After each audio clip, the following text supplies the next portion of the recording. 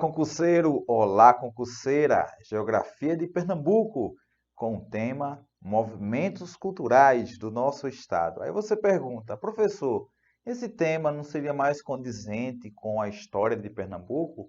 Por que trabalhar esse tema em Geografia de Pernambuco? Pessoal, quando trabalhamos geografia, temos uma abordagem da chamada geografia humana, foi o que prevaleceu no edital 2009, 2016, 2018. E temos a chamada geografia física. Então, quando eu falo movimentos culturais, eu posso muito bem encaixar na chamada geografia humana. Até porque quando eu falo movimentos culturais, também envolve a questão do turismo, a questão da economia, e são temas também trabalhados na geografia. Em 2016, 2018, tivemos pelo menos uma questão fazendo alusão aos movimentos culturais, que eu até considerei uma questão fácil em 2018, assim como em 2016. Uma temática bem interessante para fazer esse passeio pelo nosso estado, conhecendo práticas culturais do litoral até o sertão. Agora é interessante, antes de entrar nessa abordagem sobre movimentos culturais, classificar o que vem a ser cultura. Essa parte teórica é interessante para você perceber que muitas vezes, sem querer, a gente desenvolve uma leitura hierarquizando se tal cultura é melhor ou é pior. Mas em cultura, e quando eu falo cultura, eu posso trazer um conceito mais geral, como toda produção humana. Então, tudo que o homem desenvolve, eu posso chamar de cultura. E a cultura, ela é fundamentada justamente em práticas, em hábitos, costumes, tradições. E essas tradições, esses hábitos, são fundamental. No caso, nesses hábitos, são fundamentais para a construção daquilo que chamamos de identidade. Então, a construção da identidade de Pernambuco se dá justamente pela valorização dessas práticas, costumes, tradições que marcam um povo, que marca justamente o povo pernambucano. Então, quando eu falar cultura, você já sabe, tudo aquilo que o homem produz. E essa cultura, que podemos também fazer distinção, ela pode ser material ou imaterial. A cultura material, ela está relacionada aos objetos. É a parte concreta. Quando eu falo Olinda como patrimônio histórico da humanidade, o patrimônio é justamente aquela cultura que deve ser preservada, que deve ser valorizada, cuidada. E Olinda você tem as igrejas, então é material. E o valor que eu dou àquele monumento é o imaterial, porque a cultura ela é regada de símbolos, de significados, que é importante, que no caso os símbolos são importantes justamente para reforçar esse sentimento de pernambucanidade. Então, tratar o tema movimentos culturais é muito importante para você também perceber essa pernambucanidade, como ela é construída desde Recife até Petrolina. Claro, quando você tem práticas, costumes, tradições, características peculiares que um grupo desenvolve, aí eu posso utilizar a expressão movimentos. Esses movimentos que possuem características peculiares, muitas vezes ícones, personagens, e é justamente isso que vamos abordar, por exemplo, quando falar sobre o movimento armorial com Ariano Suassuna. Então, o movimento armorial que busca conciliar o tradicional, o popular, com o erudito.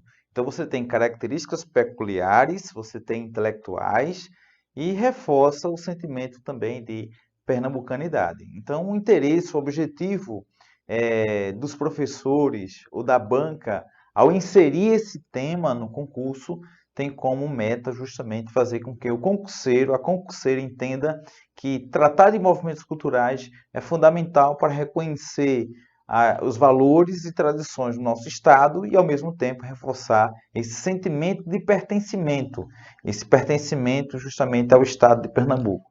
Falando em cultura, também é interessante trazer conceitos como etnocentrismo. O que vem a ser etnocentrismo?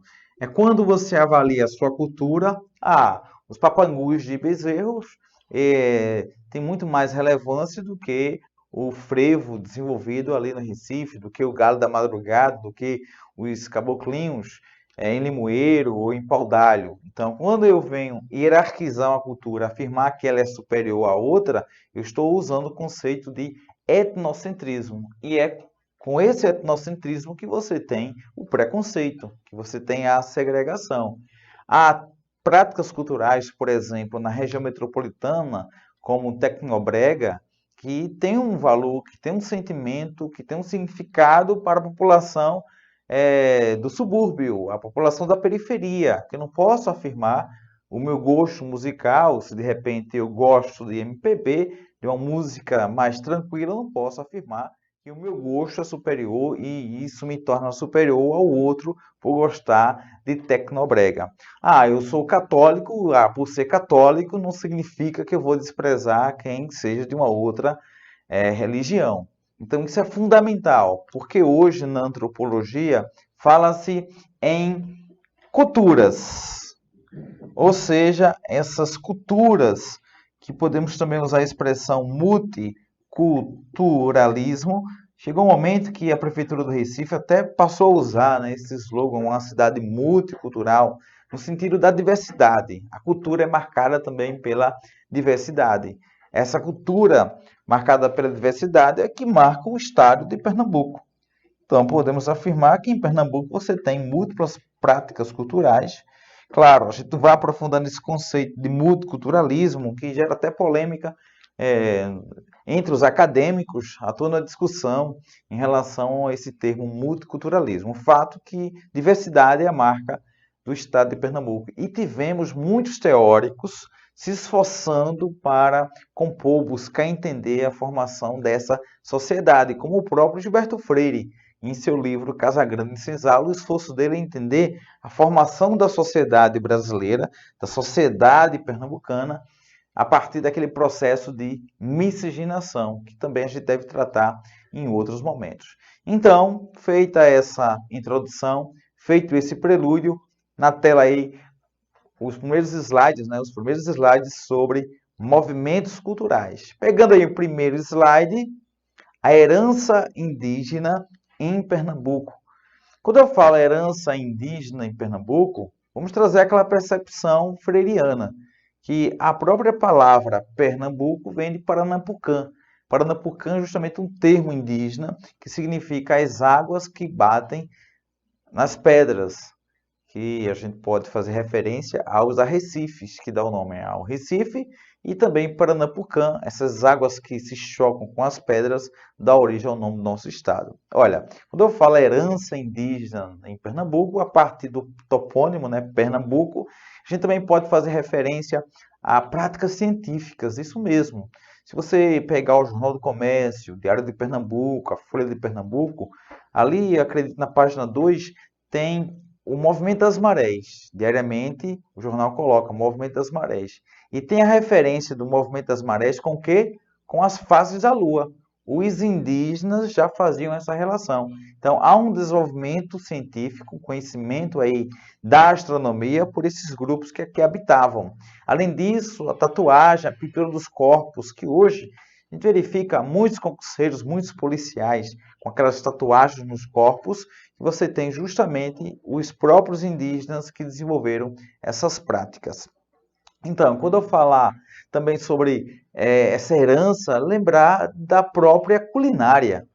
Agora há pouco eu me alimentei com macaxeira, que é justamente um dos alimentos que os indígenas utilizavam, que a nossa querida ex-presidente Dilma, né, ficou famosa, foi aquela fala que repercutiu sobre a valorização da mandioca, né? Ela diz em uma das falas que os índios devem louvar, saudar a mandioca. Claro que ficou confusa ali aquela fala, mas no sentido de falar que a mandioca, de fato, foi uma alimentação fundamental, essencial para muitos grupos que habitavam em nosso território. Então, posso dizer, um produto básico, que até hoje também nós utilizamos em nossas práticas aqui no Nordeste. Em relação também à culinária, a gente também tem várias comidas de milho que os próprios indígenas vão desenvolver essas práticas. E você tem, né, quem gosta aí de uma tapioca bacana, mas tem o beiju. O beiju também tem essa origem indígena.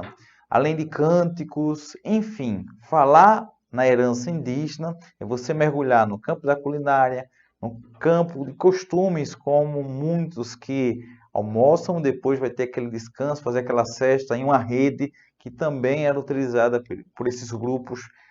A questão que a gente vai responder na missão 3 traz lá uma prática que era comum, que era tomar banho 3 vezes ao dia. Acreditem, os europeus, quando chegaram aqui, não têm essa prática.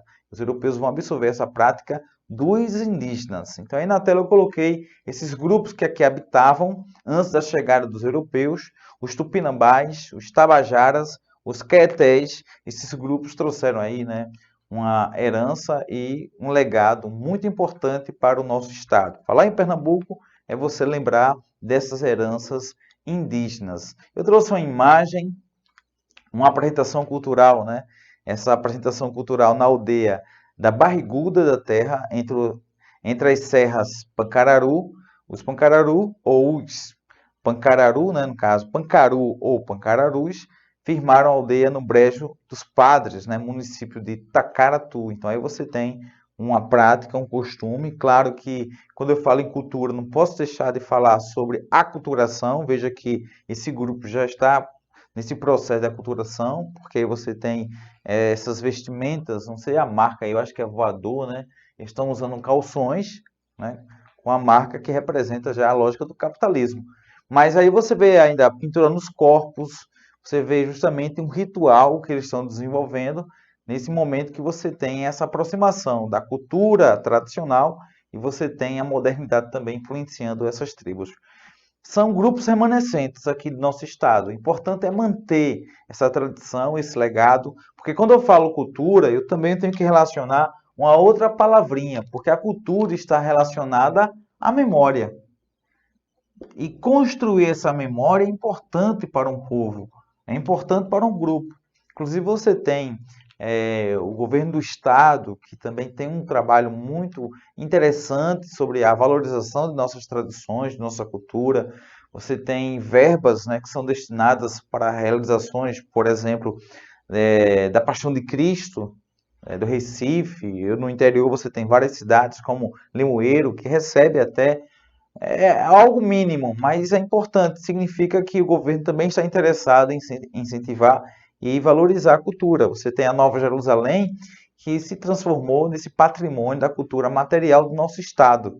Então você tem esses momentos interessantes para firmar a nossa cultura.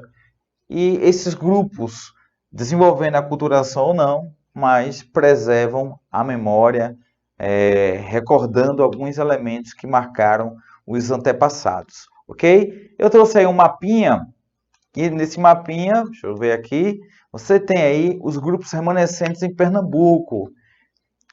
Claro, esses grupos que foram impulsionados, ou na verdade eles foram aí, né, empurrados para o interior, porque a ocupação do litoral, Zona da Mata, foi marcada também pela violência, pela intolerância, então esses grupos são empurrados, encurralados para o interior. Então aí você vê aí pelo menos 11 grupos remanescentes, pegando ali, cruzando, né, o finalzinho do Agreste, Arco Verde aí para o Sertão, Chucuruz, Capinauá, Cambiuá, Aticum, Trucá, Pancararu, Tuxá, Funiô.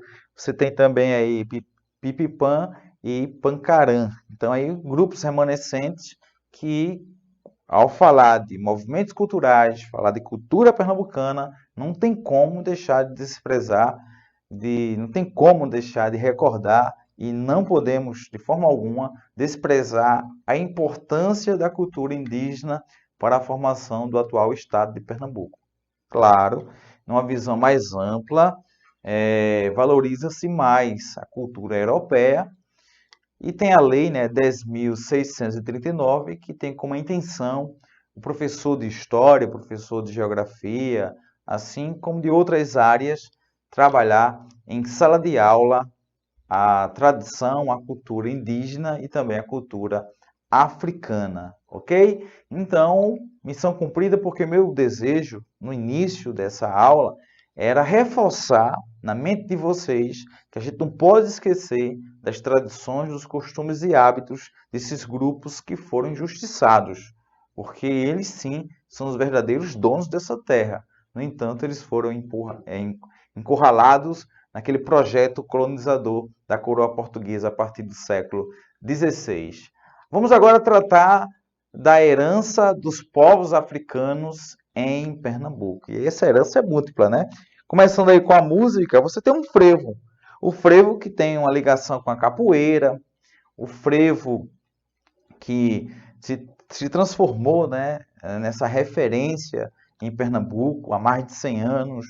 E você tem no carnaval, não pode faltar frevo. É a terra do frevo, Pernambuco, e é essa ligação com a capoeira. A dança também, feito o próprio coco, que tem raízes na cultura indígena, mas também a cultura africana, na pintura e na religião. Na religião você tem essa religião que tem uma marca interessante, que é o sincretismo, que é uma outra marca interessante da cultura, é o sincretismo. Esse sincretismo quer dizer essa mistura, essa fusão de elementos da religião católica com a religião afro é bem interessante. Eu gosto muito de abordar esse tema. Até mandar um abraço, ela está assistindo agora. Ela disse, professor, manda um abraço para mim, tá? Eu sou filha de Xangô, em homenagem a ela. Alô, Mel, lá de Jupi. Jupi é uma cidade próxima a Garanhuns. Mandar até um abraço para a mãe dela, que fez aquele bolo especial para mim. Olha, delícia. Esqueci o nome da mãe dela agora, mas um abraço para ela. Mel, mostra aí que eu estou agradecendo a sua mãe, viu? Para todo o Nordeste. Então você tem o candomblé, que a UPE gosta muito de fazer essa abordagem, fazendo referência também aos vários terreiros que tem no Recife, não só no Recife, né? Esses terreiros espalhados pelo nosso território, que tem a ver e tem essa ligação justamente com a cultura africana. Muitas vezes falamos da religião africana sem ter propriedade. E aí você tem expressões pejorativas relacionadas àqueles que seguem, aqueles que comungam dessa religião. O meu trabalho de pesquisa está relacionado justamente às tradições africanas aqui em Pernambuco, às irmandades religiosas do século XVIII aqui em Pernambuco, e a forma que eles encontraram bem criativa de preservar suas crenças. Então você tem na África o politeísmo, a crença nos orixás, no Olodumare, aquele que é o deus dos deuses. Assim como nós temos a referência, no caso, quem é cristão tem uma referência, quem é judeu também, quem é islâmico, os africanos também desenvolveram essa referência e adaptaram a situação daqui, porque muitos escravizados se converteram ao catolicismo, mas não apagaram, não deixaram de lado suas crenças oriundas da África. E essa mistura, nesse sincretismo, você tem justamente essas práticas culturais. Então, aí na tela você tem, aqui em Pernambuco, né, o candomblé e Umbanda.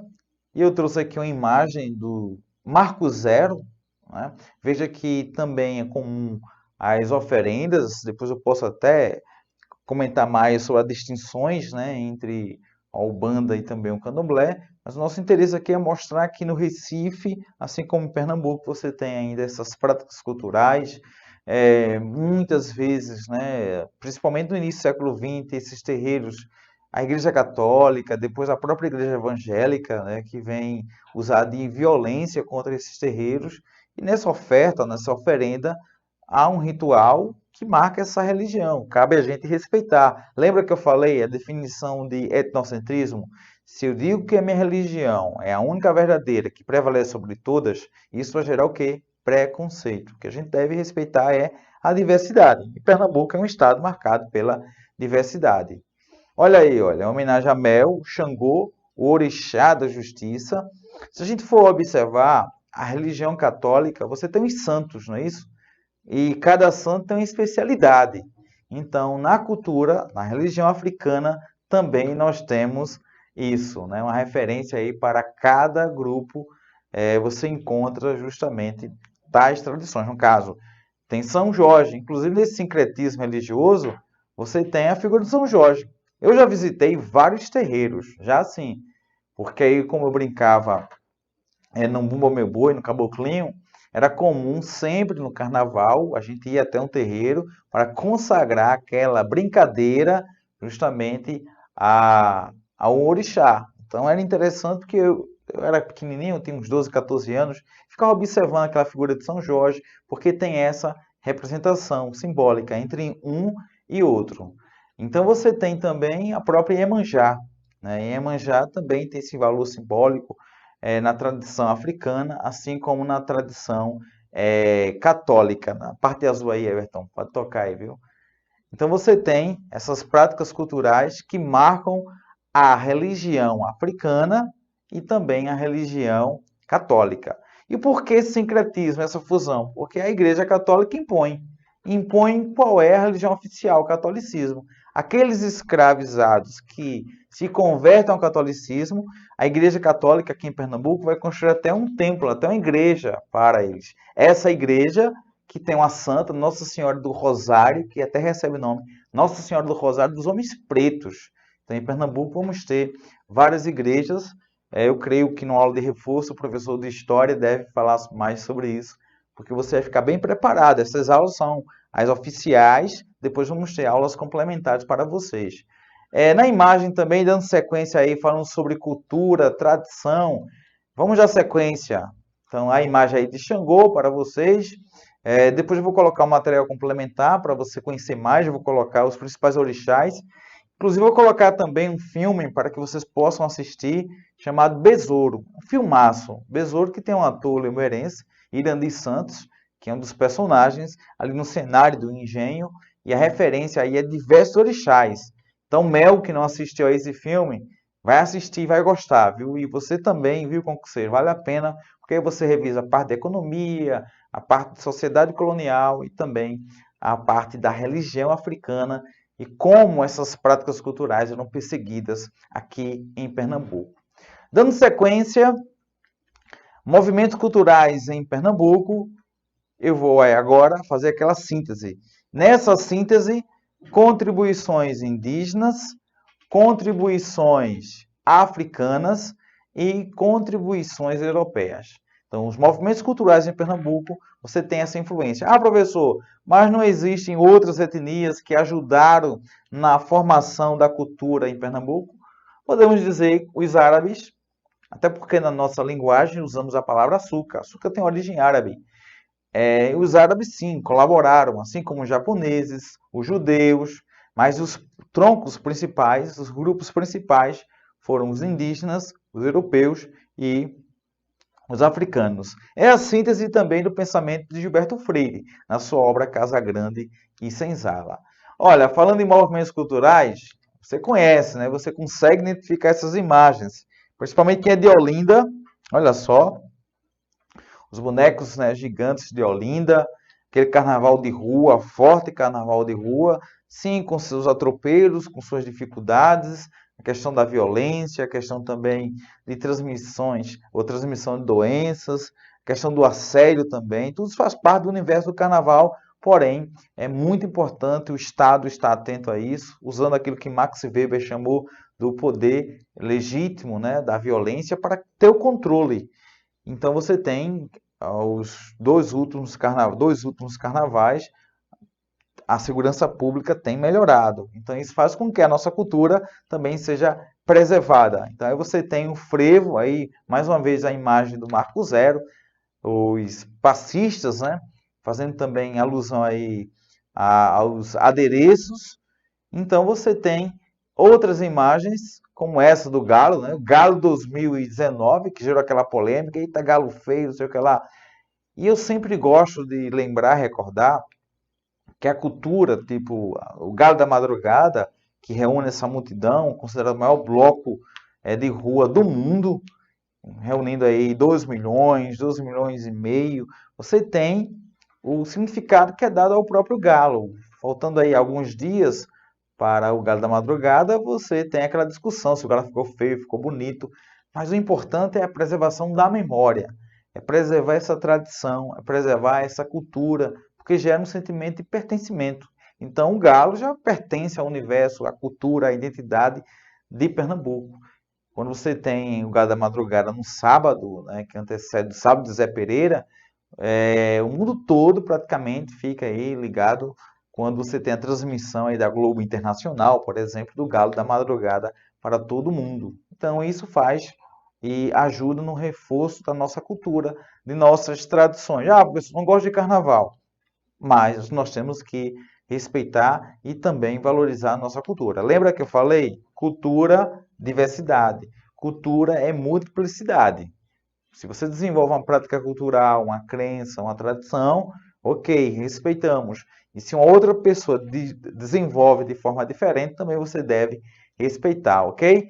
Olha só, uma síntese de algumas práticas culturais relacionadas ao carnaval. O carnaval em Pernambuco possui uma dinâmica incrível. Caboclinhos, Recife, Olinda, Limoeiro, Paudalho, Maracatu, Nazaré da Mata, o Coco de Roda em Recife, Caruaru, a Ciranda em Recife, blocos líricos, né, famosos blocos líricos no Recife Antigo, os papangus em Bezerros, os mamulengos em Olinda, Carpina, Glória do Goitá, que é conhecida como a terra do mamulengo, os bonecos gigantes de Olinda, o frevo, né, em diversas cidades, porque o frevo não está localizado só no Recife, está espalhado por todo o Pernambuco. E o galo da madrugada também se torna uma outra referência do carnaval pernambucano.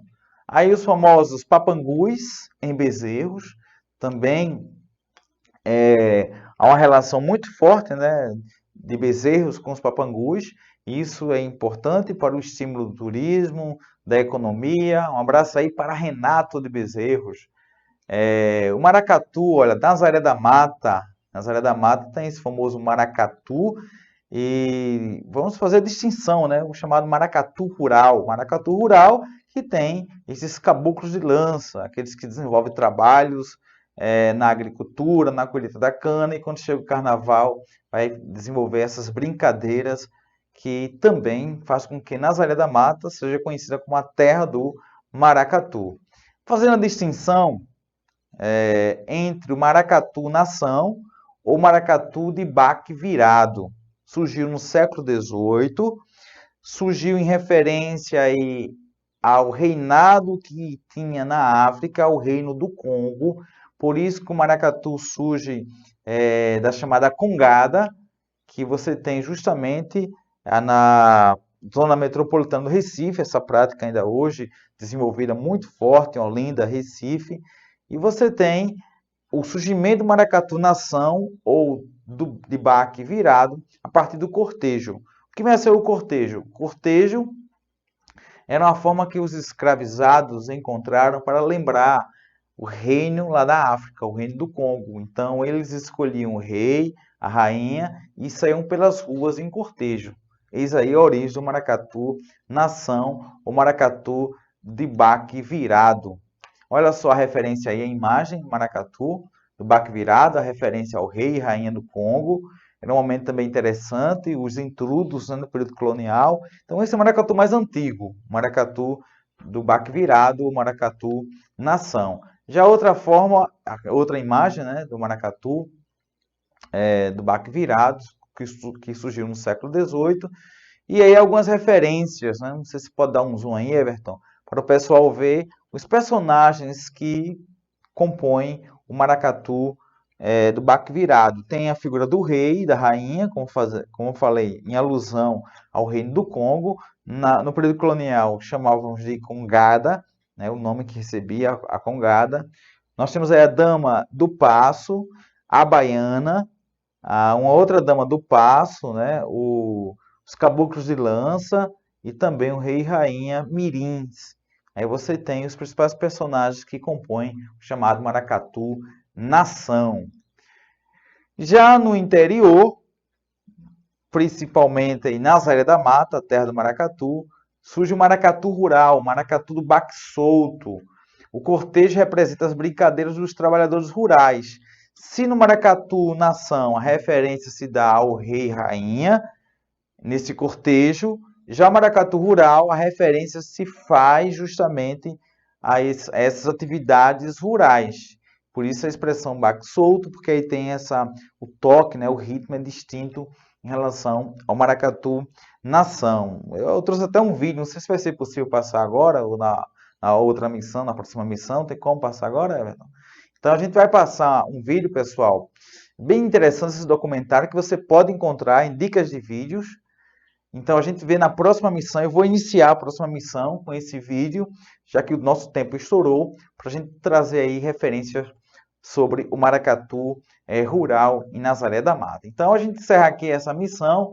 Na missão 2 eu continuo falando, né? Vou continuar falando sobre maracatu e depois vou falar sobre o movimento cultural, o movimento que tem a participação, o movimento da cultura popular com Paulo Freire. Vamos falar também sobre o movimento armorial. Tudo isso na missão 2. O concurseiro disciplinado será aprovado.